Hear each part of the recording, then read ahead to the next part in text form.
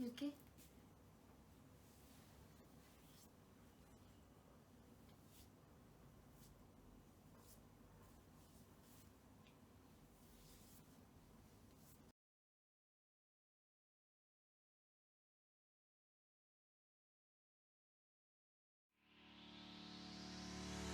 Hello everyone, welcome to episode 26.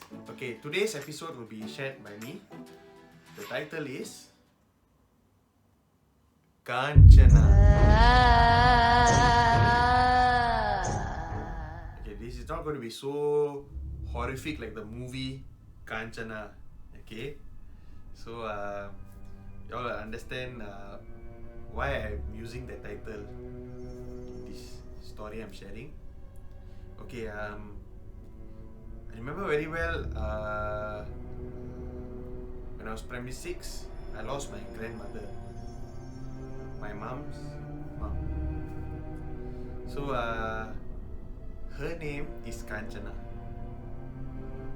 and I would like to proudly say that she is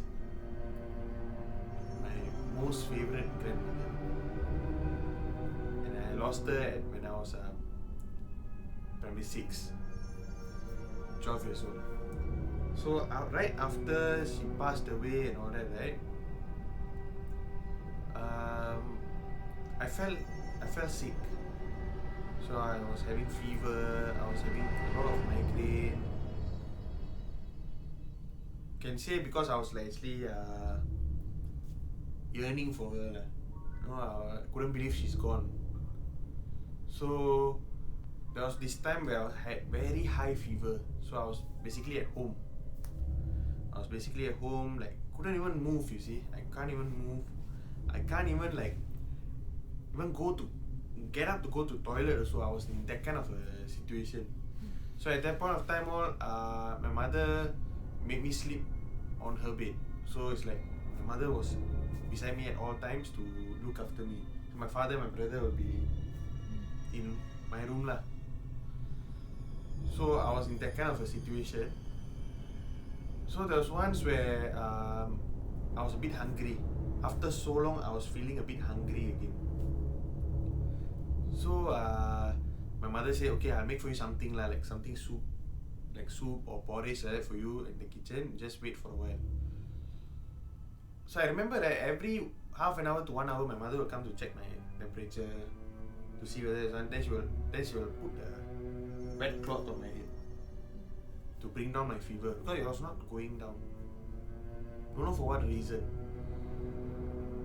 What I remember was I was actually like at that point of time, right? When it was fever, and to be honest, I was actually like in a lot of pain. I wasn't thinking of anything.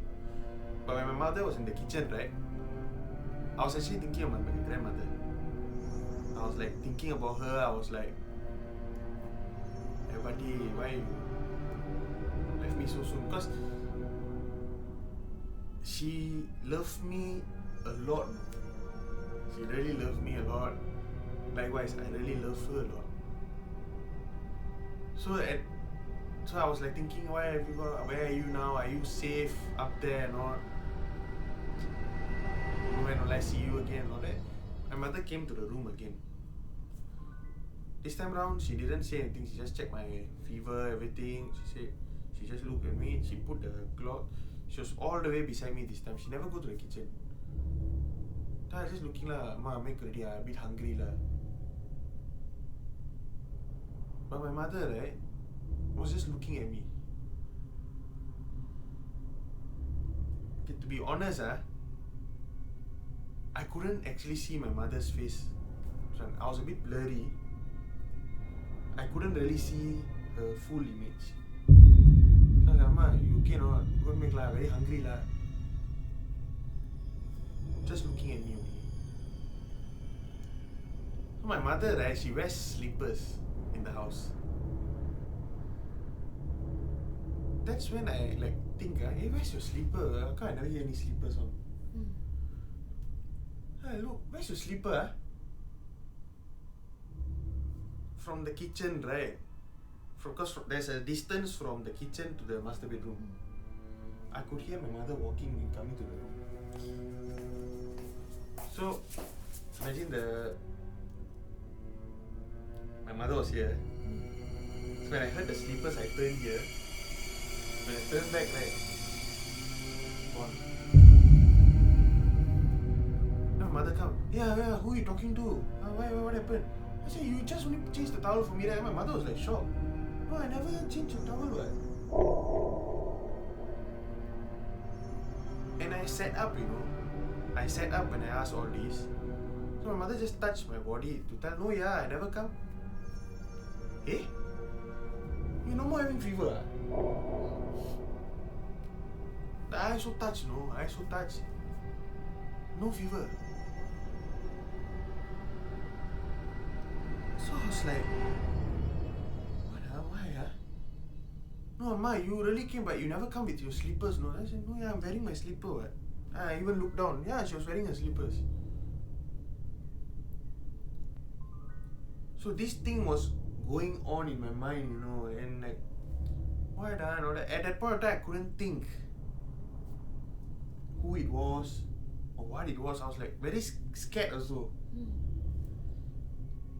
Then there was one photo my mother keep in the common room, because that's where she does her ironing. That's where she has a big freezer. You have seen the freezer, the big one. She keeps my grandmother's photo there also. So there was another photo which she keeps.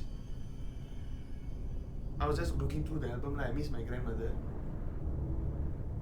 I saw that my grandmother looked like my mother. At one of these photos, the exact thing, and this is what exactly I saw. Short hair, like that image, that same shape,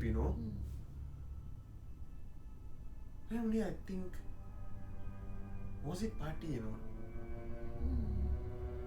So I was, again, I normally I'll bathe in my parents' room, bathroom lah. I'll bathe there only. So I came out from the bathroom, right? My father likes to leave the sliding window open because he sometimes smokes and all that lah. This time it was quite windy. The curtain was moving. And then it stopped. So something in my heart, like, just try. I called out to her. Paati, அங்க இருக்கீங்களா? I asked whether, are you there? The curtain moved.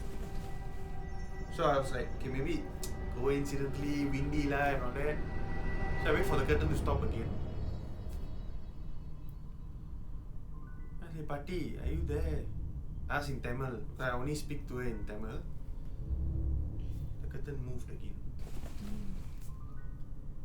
And then it stopped. So I want to try one more time. I went near this time. I said, Paati, I will ask you this question one more time. You must wait for me to finish, Then you move this curtain. Paati, are you there? The curtain blew to my face.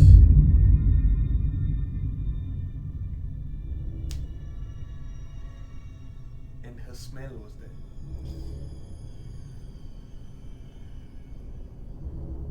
I felt her presence big time.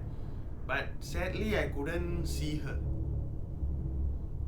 Don't know why or what. I couldn't see her, but there was no voice, there was no nothing.